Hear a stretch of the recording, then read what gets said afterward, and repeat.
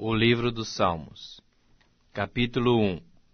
Bem-aventurado o homem que não anda no conselho dos ímpios, não se detém no caminho dos pecadores, nem se assenta na roda dos escarnecedores. Antes o seu prazer está na lei do Senhor, e na sua lei medita de dia e de noite. Ele é como árvore plantada junto à corrente de águas, que no devido tempo dá o seu fruto, e cuja folhagem não murcha. E tudo quanto ele faz será bem-sucedido. Os ímpios não são assim. São, porém, como a palha que o vento dispersa. Por isso os perversos não prevalecerão no juízo, nem os pecadores na congregação dos justos. Pois o Senhor conhece o caminho dos justos, mas o caminho dos ímpios perecerá. Salmos capítulo 2. Por que se enfurecem os gentios, e os povos imaginam coisas vãs? Os reis da terra se levantam, e os príncipes conspiram contra o Senhor, e contra o seu ungido, dizendo: rompamos os seus laços, e sacudamos de nós as suas algemas. Ri-se aquele que habita nos céus. O Senhor zomba deles. Na sua ira, a seu tempo, lhes há de falar, e no seu furor os confundirá. Eu, porém, constituí o meu rei sobre o meu santo monte Sião. Proclamarei o decreto do Senhor. Ele me disse: Tu és meu filho, eu hoje te gerei. Pede-me, e eu te darei as nações por herança, e as extremidades da terra por tua possessão. Com vara de ferro as regerás, e as despedaçarás como um vaso de oleiro. Agora, pois, ó rei, sede prudentes, deixai-vos advertir, juízes da terra, servi ao Senhor com temor, e alegrai-vos nele com tremor. Beijai o filho, para que se não irrite, e não pereçais no caminho, porque dentro em pouco se lhe inflamará a ira.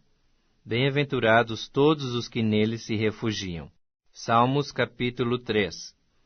Senhor, como tem crescido o número dos meus adversários? São numerosos os que se levantam contra mim.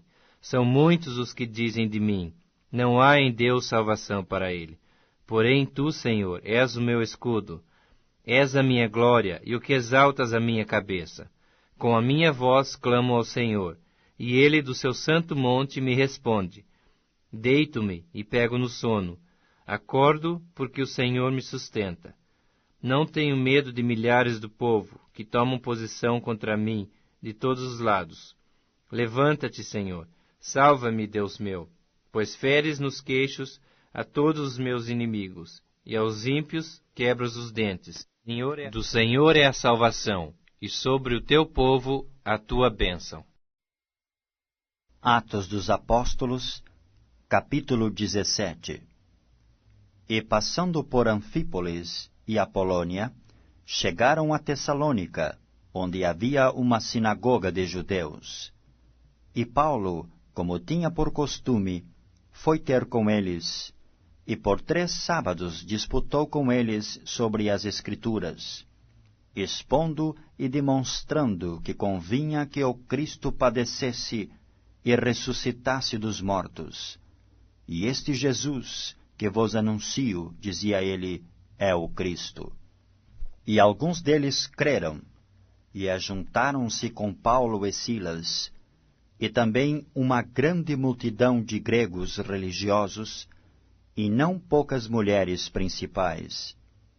Mas os judeus desobedientes, movidos de inveja, tomaram consigo alguns homens perversos dentre os vadios, e ajuntando o povo, alvoroçaram a cidade, e assaltando a casa de Jasón, procuravam tirá-los para junto do povo.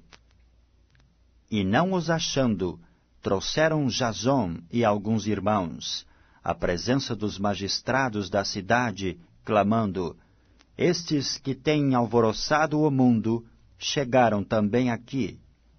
Os quais Jasón recolheu, e todos estes procedem contra os decretos de César, dizendo que há outro rei, Jesus. E alvoroçaram a multidão e os principais da cidade que ouviram estas coisas.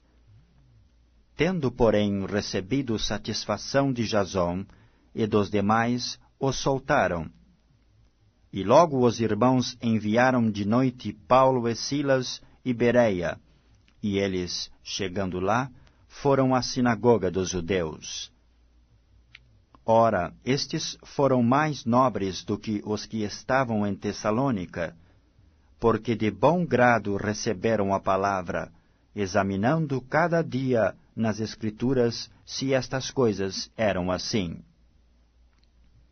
De sorte que creram muitos deles, e também mulheres gregas da classe nobre, e não poucos varões.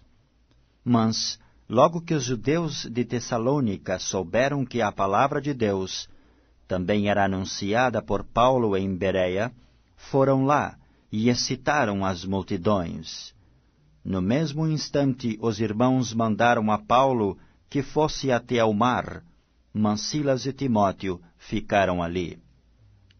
E os que acompanhavam Paulo o levaram até Atenas, e recebendo ordem para que Silas e Timóteo fossem ter com ele, o mais depressa possível partiram.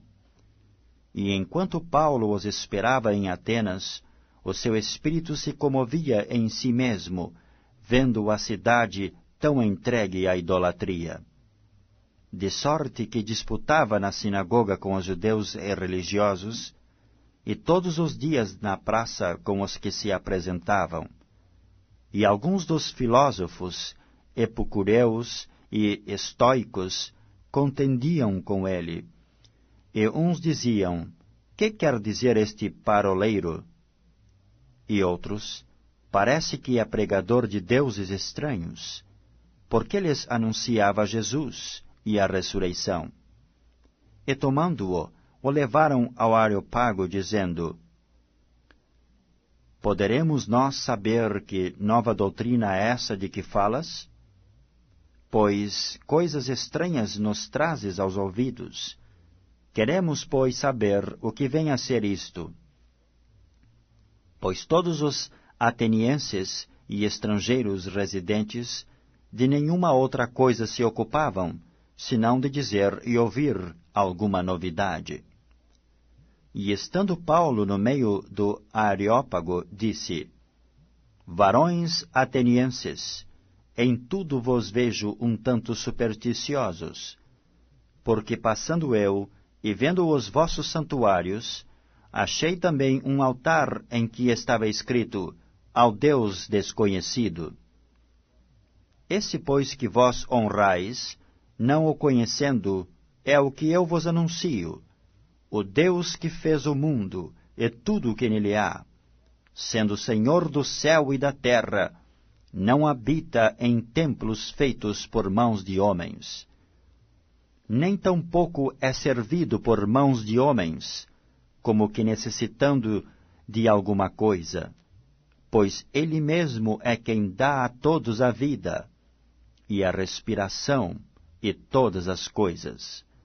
E de um só fez toda a geração dos homens, para habitar sobre toda a face da terra, determinando os tempos já dantes ordenados e os limites da sua habitação, para que buscassem ao Senhor, se porventura, tateando, o pudessem achar, ainda que não está longe de cada um de nós.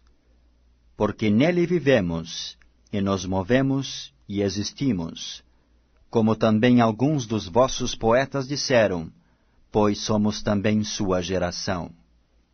Sendo nós, pois, geração de Deus, não havemos de cuidar que a divindade seja semelhante ao ouro, ou à prata, ou à pedra esculpida por artifício e imaginação dos homens.